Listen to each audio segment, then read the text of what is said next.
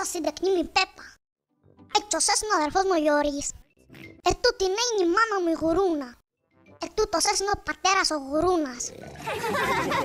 Καλά, ναι. Η Πέπα και η επιδότηση από τον ΟΠΕΚΕΠΕ. Μπρε παπά, γιατί πουλήσεις το Χάιλουξ και πάμε με την κούρσα? Πάμε εδώ να κάνουμε τα χαρτιά για την επιδότηση και θα πάρουμε το καινούριο.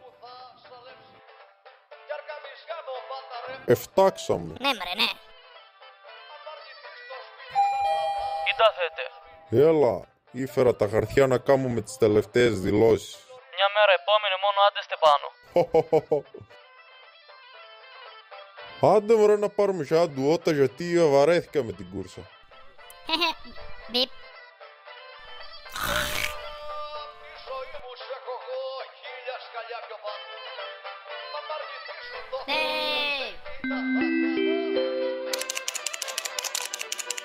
Κοίτα μωρέ γίνεται. Καλά είμαστε. Κάτσε να σου κάνω με ένα φραπέ. Ναι μωρέ σάξε μου ένα γιατί θα τον χρειαστώ σίγουρα. Άντε μωρέ έτοιμα τα έχεις τα χαρτιά της επιδότησης. Η ασφραγίδα δεν είναι έτοιμη. Σάνιξε. Επαέ είναι 1000 στρέμματα η σφραγίδα. Μπρε Κωστίμα, μόνο 1000 θα δηλώσουν. Ναι μωρέ μην έχουμε προβλήματα με τις από πάνω. Δεν μας έκανουνε πράγμα. Μα ήταν μωρέ κάνεις ετσά. Σώπα μπρε και φέρε παέ. Τσι Πέπα, τι αρέσει να δηλώνει στρέμματα. Πάμε εδώ να τα περάσουμε στο κομπιούτερ. Δεν πιστεύω να το παρακάνατε.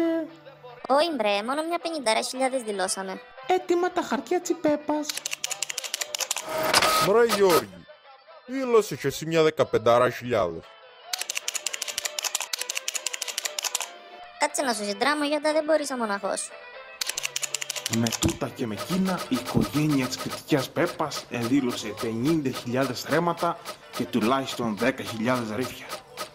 Ο Πέλια, βγήκε η έγκριση για την επιδότηση.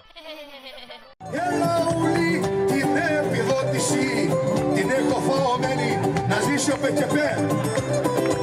Την έχω φαωμένη κι αυτή η γυάλα φιλότιμη, δεν το καταλαβαίνει. Ούλη την επιδότηση, την έχω φαωμένη,